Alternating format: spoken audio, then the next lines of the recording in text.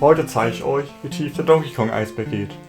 Ich habe meine Quellen für euch in der Beschreibung verlinkt, aber lasst uns gleich losstarten. Entstehung. Wir alle kennen, denke ich, das Donkey Kong Arcade Spiel von 1981. Aber dieses Spiel sollte ursprünglich gar kein Donkey Kong Spiel werden. Nintendo wollte nämlich ein Popeye-Spiel daraus machen. Allerdings hatten sie lizenzrechtliche Probleme und das Spiel musste verworfen werden. Miyamoto, der an diesem Projekt damals noch als neuer Game Artist arbeitete, wollte das Spiel, welches zu diesem Zeitpunkt schon sehr lange in Entwicklung war, jedoch nicht aufgeben. So entschied er, dass Nintendo eigene Charaktere in das Spiel einbauen sollte. Aus Popeye wurde Jumpman oder, wie er damals noch hieß, Mr. Video. Aus Olivia wurde Pauline, die in der Entwicklung einfach nur als The Girl bezeichnet wurde, und aus Brutus wurde letztendlich Donkey Kong. Dieses Spiel war übrigens Nintendos erster großer Erfolg. Name. Wieso heißt Donkey Kong eigentlich Donkey Kong? Nun, Miyamoto dachte, Donkey heißt dumm und deswegen wurde er so genannt. Der Name von dem Donkey Kong, den wir heute kennen, ist aber Donkey Kong der Dritte. Nintendo wurde aufgrund des Namens Donkey Kong übrigens auch verklagt, aber das werde ich später noch einmal genauer erläutern. Aussehen. Sind euch schon mal diese Augenringe bei ihm aufgefallen? Nun, die hatte tatsächlich von den Battletoads. Seine Designer haben nämlich vorher Battletoads designt. Dieses Aussehen bekam er übrigens in Donkey Kong Country. Die Designer gingen damals tatsächlich in einen Zoo, um echte Gorillas zu beobachten, um ihr Aussehen und ihre Bewegungen zu adaptieren. Eine Laufanimation wurde allerdings von Pferden inspiriert. Das Ganze kann man sich, wenn man möchte, im Donkey Kong Country Exposed Videobeitrag angucken. Nachdem die Rare-Mitarbeiter nun also die Gorillas studiert hatten, erstellten sie ein 3D-Modell mit Hilfe eines fortgeschrittenen Supercomputers. Dafür mussten extra neue Kabel in das Dorf, in dem Rare seinen Standort hatte, gelegt werden, um den nötigen Strom zu erzeugen, und selbst das reichte nicht immer aus. Falls euch die Entstehung von Donkey Kongs Design noch mehr interessiert, habe ich euch auch ein einstündiges Video in der Beschreibung verlinkt, in welchem die Entwickler noch einmal genauer auf den Designprozess eingehen. Das Spiel war damals auf jeden Fall ein großer Schritt nach vorne. Dieses kleine Entwicklerstudio hat es geschafft, die Menschen mit der unglaublichen Grafik dieses Spiels für die damalige Zeit zu überwältigen. Als es angekündigt wurde, waren sich die Fans erst sicher, dass dieses Spiel erst auf der neuen Konsolengeneration erscheinen würde und nicht auf dem SNES. Doch, sie haben sich getäuscht. Was Rare dort geschaffen hat, ist eine unglaubliche Meisterleistung und sollte auch wertgeschätzt werden. Cranky Kong. Cranky Kong ist der originale Donkey Kong aus dem Arcade-Spiel von 1981. Er ist außerdem der Opa von Donkey Kong dem Dritten, den wir heute kennen. Er ist recht unfreundlich. Es war sogar geplant, dass er nett sein sollte, doch das wurde verworfen. Allgemein sollte er ursprünglich recht anders und mehr wie in Arcade-Zeiten aussehen und Grandpa Kong heißen. In Donkey Kong Country kann man übrigens sehen, dass Mario, Yoshi und Link seine Lieblings-Videospielhelden sind und sowohl Sonic als auch Earthworm Jim, welche Donkey Kongs größte Konkurrenz waren, laut ihm hoffnungslos sind. Im Februar 2014, als Donkey Kong Country Tropical Freeze rauskam, übernahm er sogar einmal den Twitter-Account von Nintendo of America. Dort veröffentlichte er Trailer, beantwortete Fragen und postete Boomer-Memes. Ja. Er sollte außerdem in Donkey Kong Country spielbar sein und es gibt im Spiel sogar einen Hinweis darauf. Aber leider hat es nie einen Cranky-Modus gegeben. Donkey Kong Jr. Nach dem bahnbrechenden Erfolg von Donkey Kong wollte Nintendo mit einem weiteren Spiel an dessen Erfolg anknüpfen. Dieses war wieder ein Arcade-Spiel, nämlich Donkey Kong Jr. Dieser muss seinen Vater befreien, da Mario ihn gefangen hält. Ursprünglich war sogar geplant, Donkey Kong persönlich zu spielen, aber er wäre einfach zu groß gewesen. Später konnte man Donkey Kong Jr. in Mario Kart spielen. Man entschied sich für ihn, da es aufgrund seiner Shirts von hinten besser zu erkennen war, in welchem Winkel er fuhr. Danach hatte er jedoch nur ein paar seltene Gastauftritte.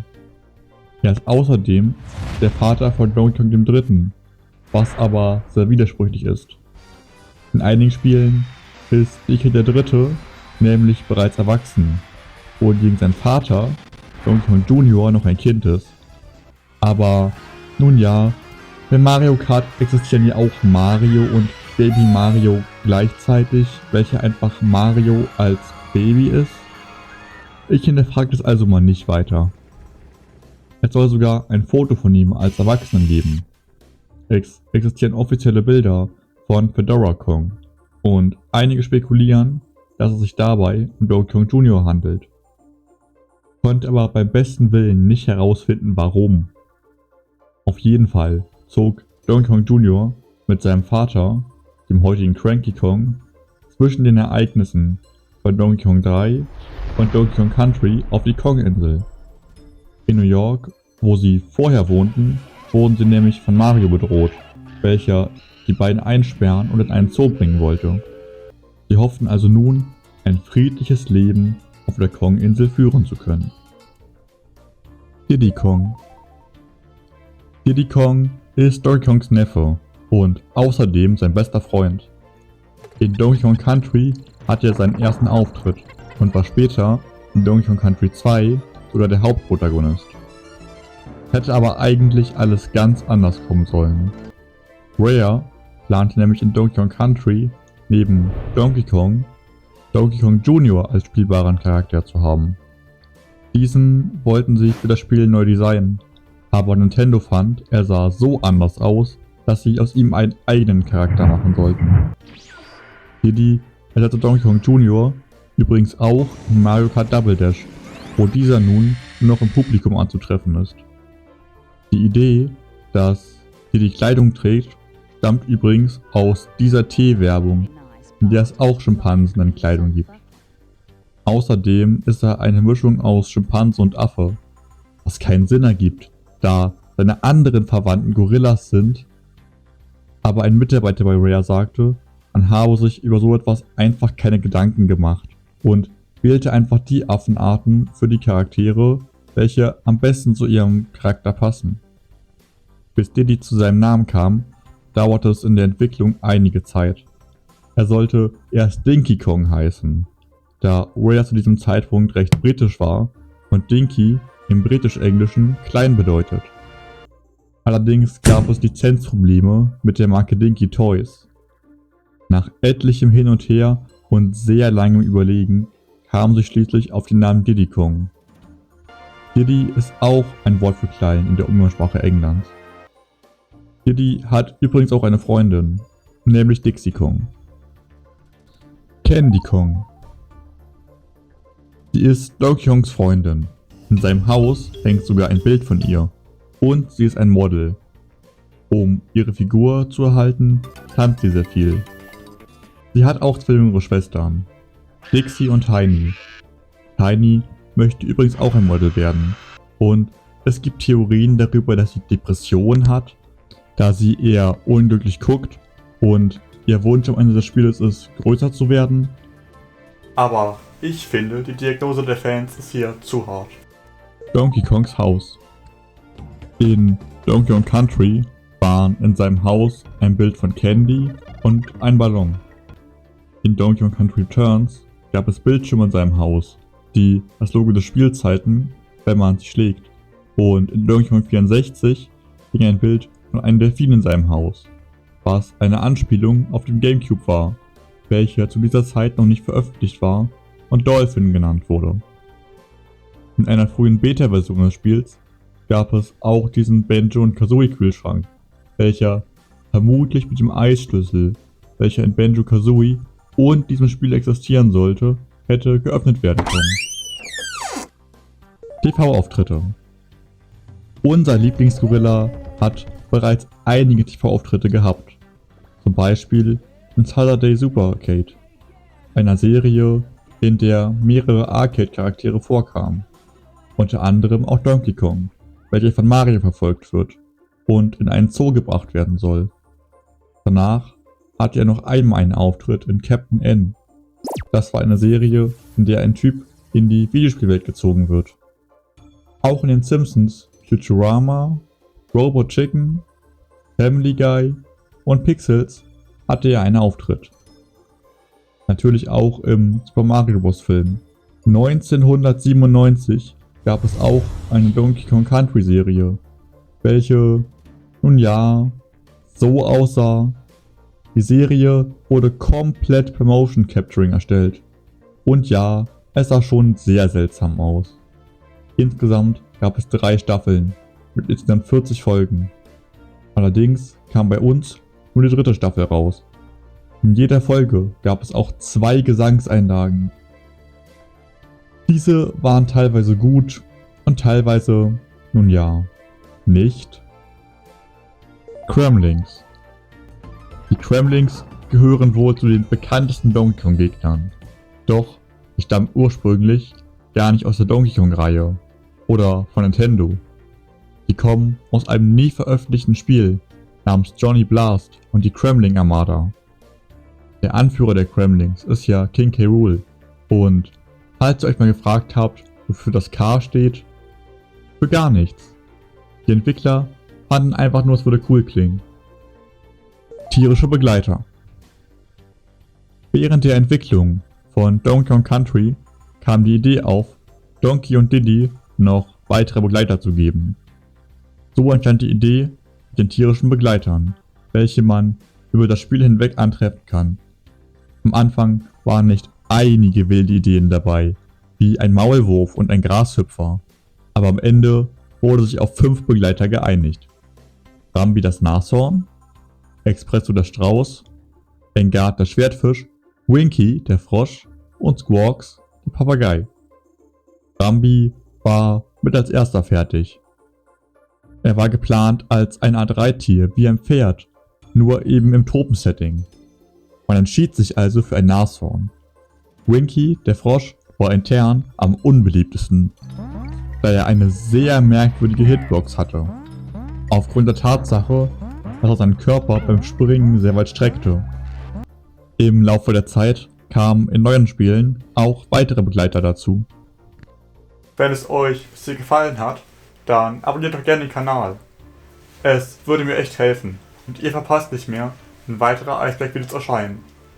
Aber lasst uns weitermachen. Existenzkrisen. Okay, also, Donkey Kong war nicht immer so beliebt. Gucken wir einmal, was mit dieser Videospielreihe alles bisher so passiert ist. Es ging mit dem allerersten Donkey Kong erst einmal recht gut los. Die Arcades dazu wurden recht gut verkauft und auch die beiden Nachfolger waren recht gut. Allerdings wusste Nintendo nicht so richtig, was sie mit ihm anfangen sollten, und es kamen erst einmal keine neuen Spiele. Als sie nun aber die neue 3D-Technik von Rare sahen und ein Spiel entwickeln wollten, welches besser aussah als Aladdin für den Sega Genesis, vertrauten sie ihnen Donkey Kong wieder an. Donkey Kong Country war ein riesen Erfolg, genauso wie dessen Nachfolger, die Donkey Kong Land-Reihe und letztendlich auch Donkey Kong 64, welches nun Donkey Kong endlich in die 3. Dimension brachte. Danach wurde Rare allerdings an Microsoft verkauft. Was dann geschah, war fragwürdig. Erst einmal dachte Nintendo wohl, dass die DK-Bongos wohl der coolste Scheiß überhaupt sind, denn sie entwickelten für diese Donkey Konga 1, 2 und 3, Donkey Kong Jungle Beat und eigentlich auch Donkey Kong Barrel Blast, welches dann aber doch auf der Wii rauskam. Die Bongos hatten 2 Trommelflächen und einen Soundsensor, was eben für Donkey Konga gedacht war. Doch Nintendo entwickelte nur noch Jump'n'Runs und Fun Racer damit. Dann entwickelten sie nur noch richtig billige Spiele wie Donkey Kong King of Swing. Mit Mario vs. Donkey Kong kam dann zwar auch nochmal was Gutes, aber nach einigen Gastauftritten in den Mario Spin-Offs wurde er erneut fallen gelassen. Bis dann eines Tages Retro Studios kam und mit Donkey Kong Country Returns und Donkey Kong Country Tropical Freeze unserem Helden wie ein neues Leben eingehaucht hat. Donkey Kongs Waffen. Als Rare Studios an Donkey Kong 64 arbeiteten, nutzten sie als Platzhalter für die Waffen tatsächlich echte Waffen. Angeblich soll Miyamoto das dann eines Tages gesehen haben und er hat daraufhin die ikonischen Kokosnusswaffe gezeichnet, die wir heute alle kennen. Allerdings hat Funky Kong in diesem Spiel immer noch eine echte Waffe. Dabei handelt es sich um einen Raketenwerfer, der wahrscheinlich echte Raketen verschießen kann. Im Gegensatz zu Nüssen, Früchten oder Federn. Gecancelte Spiele. Es gibt so einige gecancelte Donkey Kong Spiele. Zu einigen davon wissen wir recht viel, wobei andere sehr unbekannt sind. Zu Diddy Kong Pilot wissen wir noch recht viel. Es gab nämlich einen Prototypen dazu, der es an die Öffentlichkeit geschafft hat. Und später wurde es unter Rare sogar noch als Banjo Pilot herausgebracht. Auch zu Donkey Kong Coconut Crackers ist noch recht viel bekannt. Es soll ein Rätselspiel sein und kam später als It's Mr. Pants raus. Donkey Kong Racing ist das nächste Spiel auf unserer Liste.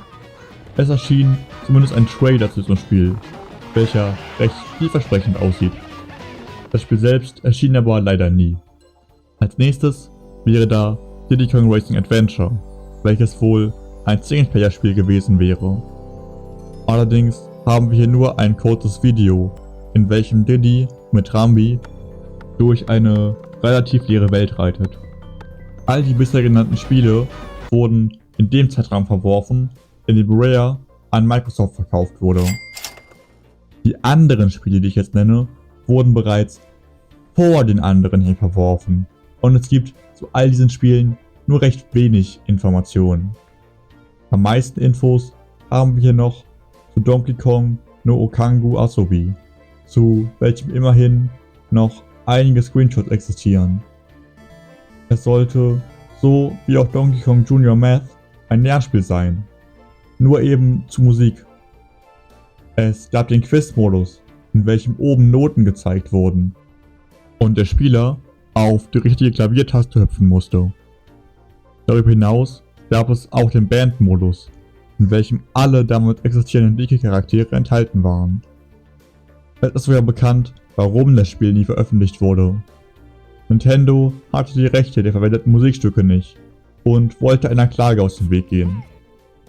Das nächste Spiel ist ziemlich wild. Es wurde nämlich von Sega entwickelt, welche wohl die Rechte an Donkey Kong für genau dieses Spiel erworben hatten. Das Spiel hieß Donkey Kong Parking Attendant. Und ja, man hätte DK als Parklotse spielen können. Dazu kam es aber nie. Über die nächsten 3 Spiele ist so gut wie nichts bekannt. Return of Donkey Kong sollte wohl ein Arcade-Spiel sein, in dem man Donkey Kong höchstpersönlich zum ersten Mal gespielt hätte. Auch für das Philips CDI war ein Spiel in Arbeit. Und seien wir mal ehrlich, wir alle sollten froh sein, dass es nie erschienen ist. Das letzte Spiel hier ist Donkey Kong Country 4. Es ist nicht einmal genau bekannt, ob es überhaupt weit in Entwicklung war. Rechtsstreit. Nintendo hatte durchaus Probleme mit dem ersten Donkey Kong Spiel, da Universal Studios Nintendo aufgrund des Kong im Namen verklagte, da es für sie zu sehr King Kong ähnelte. Nintendo gewann diesen Prozess aber und musste keine Strafe zahlen und Donkey Kong durfte seinen Namen behalten. Mehr dazu könnt ihr aber in einem kommenden Eisberg von mir erwarten. Doch das war es noch nicht. Donkey Kong wurde mit Hilfe von Ikigami entwickelt. Diese erhielten dann auch die Rechte am Donkey Kong Source Code. Als Nintendo nun Donkey Kong Jr. herausbrachte, wurden sie verklagt. Danach entwickelte Nintendo Donkey Kong 3 allein. Und ja, das Originalspiel war recht gut. Warum ich sage das Original? Nun, das werdet ihr noch sehen. Donkey Kongs Leiche. In Mario und Luigi existiert ein Charakter namens Big. Es handelt sich hierbei um einen Skelettaffen, welcher beim Fastminispiel anzutreffen ist.